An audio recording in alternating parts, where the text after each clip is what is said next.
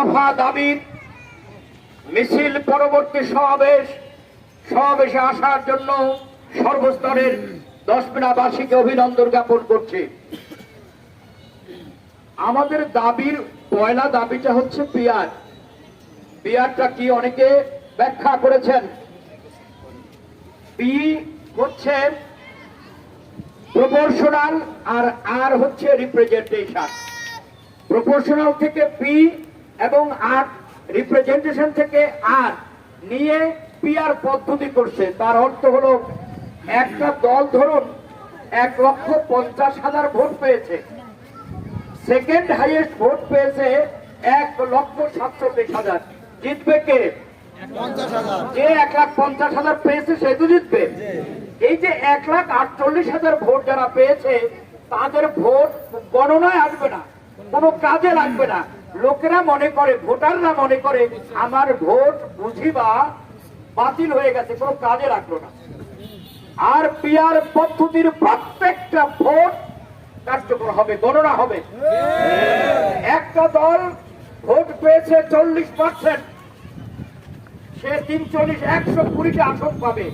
আর একটা ছোট দল সে ভোট পেয়েছে মাত্র 3% ভোট পেলে সে 9টা আসন পাবে।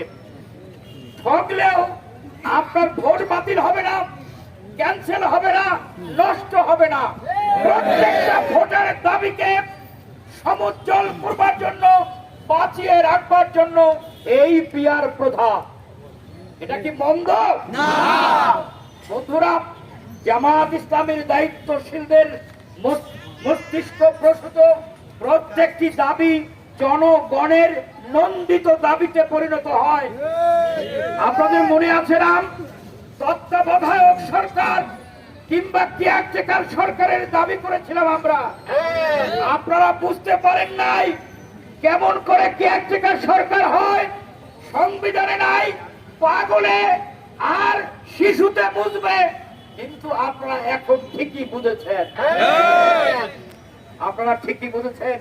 আবার বলছি, বিহারের এই দাবি ইনশাআল্লাহ বাংলাদেশের সকলেই বুঝতে পারছে, আপনারাও বুঝবেন।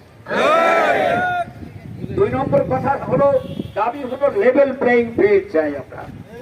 আমরা মাঠ খেলবো, কিন্তু মাঠ সমান সুযোগ সুবিধা থাকতে হবে।